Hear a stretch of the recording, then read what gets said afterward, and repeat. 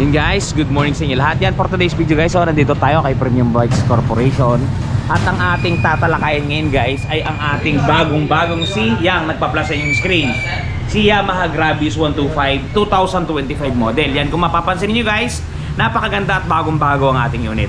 Okay guys, dito sa video na to, i-actual release natin to guys, kasi mamaya i-release natin yung unit na yan. So ngayon, ipapakita natin yung kanyang inclusion pag kinuha niyo siya ng cash o hulugan. Ipapakita ko sa inyo yung actual activation at syempre papasadahan natin kung magkano na nga ba ang Yamaha Gravis ngayong 2025. Okay, bago natin yan, bago natin tirahin at kinain, syempre intro muna tayo.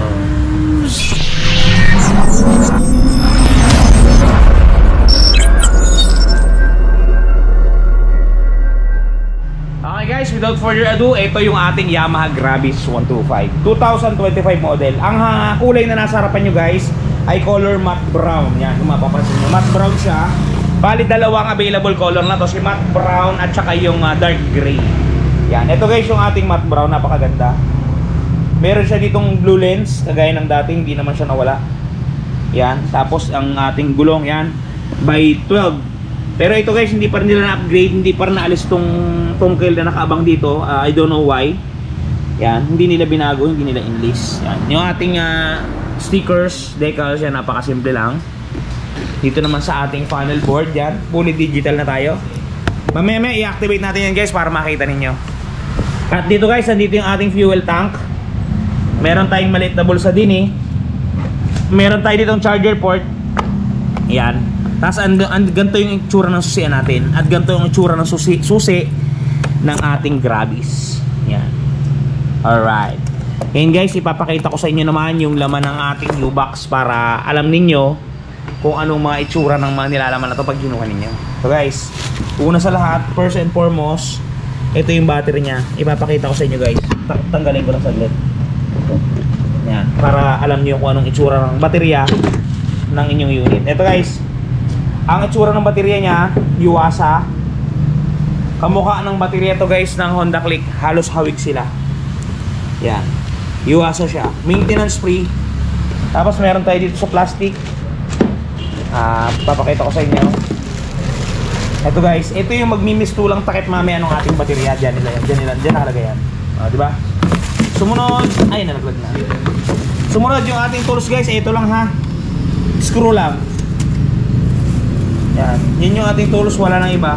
Screw lang. Tapos yung ating owner's manual, ito, dalawang booklet dyan guys. Owner's manual at warranty guidebook. Yan. Tapos sumunod yung ating side mirror. Ito hindi nagbago guys, gaya pa rin nung dati. Sandali lamang guys at ating kukunin. At nakalock. Yan, nahugot na natin. Yan guys, ganito itsura ng side mirror ng ating Gravis. Ito na, yan. Parang atsurang down siya na may tatak na Yamaha guys. Yan o.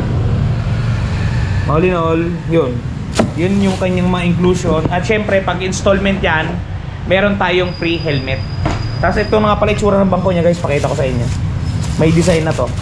Yan o. Meron siyang design dito na stitching, kulay itim. Tapos nakaparang flat seat na siya kasi manipis na yung foam. Yan. Doon naman sa legroom natin, yan 5'6" ang ating height. Yan. Yan guys, maluwag na maluwag siya. Yun. Yung mga switches natin guys, ito. Meron tayong busina, signal light at saka high-low. Sa kabila, meron tayong electric start, hazard, at saka ito yung handling on and off. Tapos may sticker tayo ditong blue core. Yan. Goods sa goods. Okay ngayon guys, ito yung presyo natin para dire-diretso tayo. Ito yung presyo ng Yamaha Gravis. Yan. Ito yung price tag niya kung mapapansin niyo. Ang suggested retail price natin yan kung mapapansin niyo, 84,900. Yan. Suggested retail price. Ngayon pag kinuha niyo hulugan, ang down payment natin guys kay Premium Bikes 4,245. Pagka po nag-down kayo ng gantong amount, ang magiging monthly po ninyo sa loob ng 2 years, 5,078. At pagka 3 taon naman, 3,906. Alright. Yan guys, screenshot nyo. Pinakabagong presyo ng ating Gravis.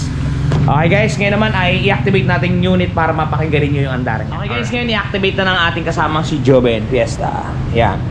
Ayan yung ating battery. Hawak natin yung belt na yan guys, para pag pinasok niya mamaya madulas at dire-diretso. Ayan job. Sige, hawak ko. Yun. Kasi bibelt lang to. Ayan guys. Isabit lang yan dito guys. Oh. Yan. Ayan guys, kung makapansin ninyo, kinakasan na ni Joben yung ating battery. So tayo naman, tulungan natin si Joben. Ilagay natin yung side mirror.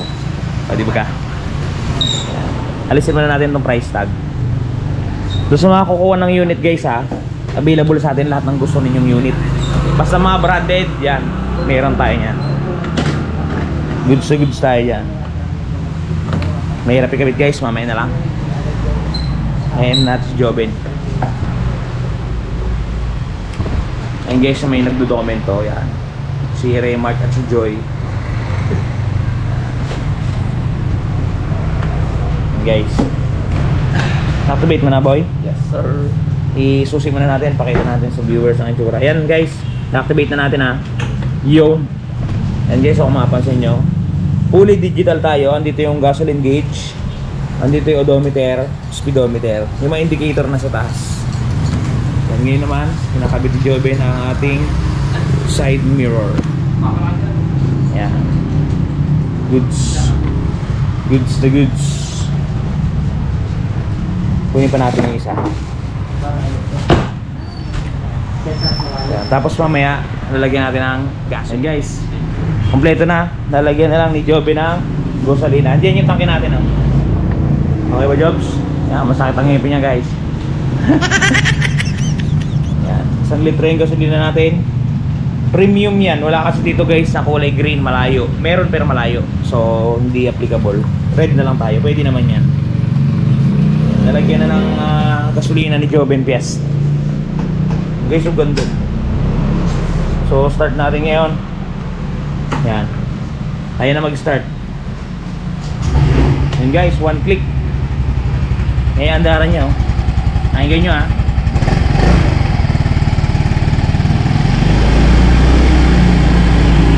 Baka tahimik guys yung mga na to. Air cooled tayo guys ha. Air cooled.